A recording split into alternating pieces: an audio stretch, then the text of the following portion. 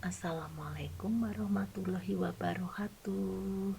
Anak-anakku kelas 11 IPS 3, 11 bahasa yang Ibu banggakan, yang soleh solehah.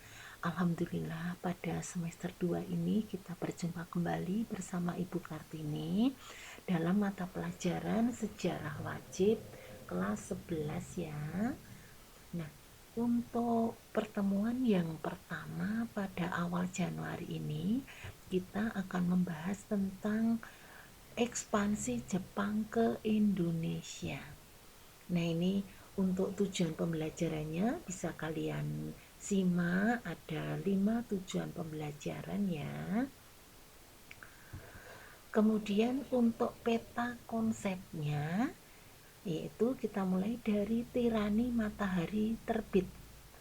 Kita ulas satu persatu. Tirani di sini yang dimaksud adalah kekaisaran Jepang. Mengapa kok tirani matahari terbit? Karena bangsa Jepang punya kepercayaan dalam agama Shintoisme bahwa kaisarnya merupakan keturunan atau penjelmaan dari Dewi Amaterasu atau Dewa Matahari atau Dewi Matahari ya. Dan dari kepercayaan tadi maka mereka punya prinsip atau punya semangat bahwa negara-negara yang ada di dunia ini harus berada di bawah kendali dari kekaisaran Jepang. Itulah nanti akan menjadikan motivasi Jepang untuk meraih kemenangan dalam berbagai perang di Asia.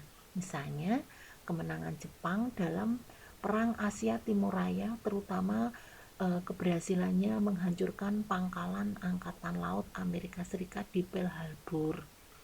Kemudian konsep yang ketiga yaitu kita akan membahas tentang propaganda Jepang, yaitu gerakan 3A, Nippon atau Jepang, cahaya Asia, pemimpin Asia, pelindung Asia. Sehingga dengan propaganda tadi ternyata masyarakat di Asia, terutama di Indonesia, sangat mendukung kedatangan Jepang, sangat simpati dengan ekspansi Jepang dan keberhasilan Jepang menaklukkan Belanda di Indonesia yang nanti akan terjadi di wilayah Kalijati, sehingga dikenal dengan perjanjian Kalijati, yaitu di Subang, Jawa Barat. Kita ulas satu persatu untuk apa latar belakang dari ekspansi Jepang ke Asia. Yang pertama adanya restorasi Kaisar Meiji, yaitu suatu program reformasi atau pembaharuan berbagai kebijakan pemerintahan Jepang. Salah satunya yaitu keinginan Jepang untuk menjadikan negara Jepang sebagai pusat industri di dunia, pusat kekuasaan di dunia. Hal ini didorong adanya semangat Shintoisme tadi, yaitu adanya prinsip Hakko Ichiu. Terus yang ketiga, adanya hasrat menggantikan kedudukan bangsa barat di Asia. Yang berikutnya atau yang keempat yaitu kemenangan Jepang pada tahun 1904 sampai 1905 saat melawan Rusia ya. Itu Jepang berhasil mengalahkan Rusia, dan pada perang yang berikutnya, dalam perang dunia yang berikutnya, semangat dari Jepang itu juga dipicu oleh kemenangan Jerman dalam melawan sekutu di Eropa. Nah, kita kembali pada ajaran agama Shintoisme, yaitu Hakko Ichiu, itu artinya kesatuan keluarga umat manusia, di mana ajaran itu memberi motivasi pada Jepang bahwa Jepang itu akan membangun masyarakat dunia di bawah kendalinya, di bawah kekuasaan dari Jepang tadi. Nah, itu untuk gambaran dari tokoh Dewi Amaterasu atau Dewi Matahari ya, yang menjadi inspirasi Jepang untuk menguasai negara-negara di dunia, khususnya di Asia. Kemudian apa tujuan dari Jepang ekspansi ke Asia? Kita analisis kembali, yaitu menjadikan Indonesia sebagai sumber pemasok bahan mentah untuk industrinya. Ingat kan, salah satu dari semangat restorasi Kaisar Meiji adalah menjadikan Jepang sebagai negara industri terkemuka di dunia. Maka harus mempunyai mesin perang yang kuat untuk mengalahkan negara-negara dari blok sekutu. Kemudian tujuan yang kedua, menggalang rakyat Indonesia menjadi bagian dari kekuatan untuk membendung pasukan sekutu atau imperialisme barat. Nah, bagaimana awal pendudukan Jepang di Asia? Ini di sini ada yang perlu kita perhatikan.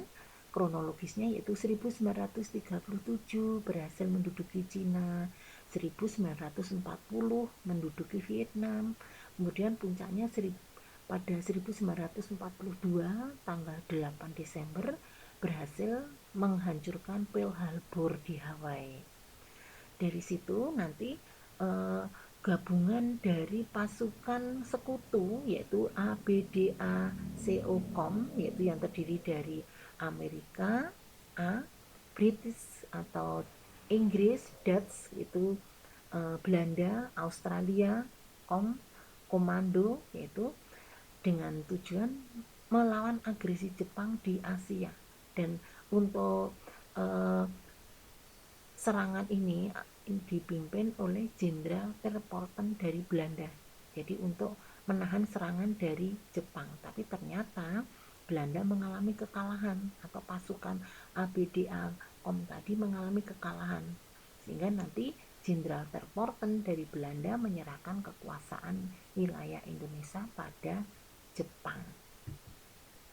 Nah, jangan lupa yaitu yang udah Ibu ungkap dalam peta konsep tadi, yaitu propaganda Jepang. Ini lambangnya bahwa adanya propaganda Nippon, cahaya Asia, atau Jepang itu sebagai cahayanya Asia, sebagai mataharinya Asia, sebagai pelindungnya Asia, sebagai pemimpinnya Asia. Sudah selayaknya masyarakat Asia, terutama Indonesia, harus mendukungnya, harus selalu bersimpati pada Jepang. Kemudian ada beberapa kesimpulan, yaitu ekspansi Jepang ke Indonesia, bahwa Jepang mendarat pertama kali itu di wilayah Tarakan, Kalimantan ya. Kemudian pasukan Jepang melaju terus sampai ke Pulau Jawa pada tanggal 1 Maret 1942. Kemudian bulan Maret juga tanggal 8 1942 Jenderal Terporten menyerahkan kekuasaannya pada Jenderal Hitoshi Imamura Jepang. Terus apa yang dilakukan Jepang pertama kali setelah menguasai Indonesia, yaitu membentuk pemerintahan militer atau fasis. Harus diingat bahwa Belanda itu pada waktu berkuasa di Indonesia membentuk pemerintahan sipil, tapi kalau Jepang itu pemerintahan militer. Dan pemerintahan militer Jepang di Indonesia itu terdiri dari 3, yaitu 2 kekuasaan militer angkatan darat atau Rikugun. Yang pertama berpusat di Jakarta dengan wilayah Jawa Madura. Kemudian Rikugun atau angkatan darat yang kedua itu berpusat di Bukit Tinggi, meliputi wilayah Pulau Sumatera. Yang ketiga yaitu kekuasaan angkatan laut atau Kaigun, itu berpusat di Makassar dengan wilayahnya Kalimantan, Sulawesi, Nusa Tenggara, kemudian juga Papua dan Maluku dengan pusatnya tadi di Makassar ya. Dan ketiga wilayah pemerintahan ini dipimpin oleh kepala staf yang bergelar Gunsaikan gitu. Nah, untuk materi pada pertemuan pada hari ini Ibu cukupkan sekian.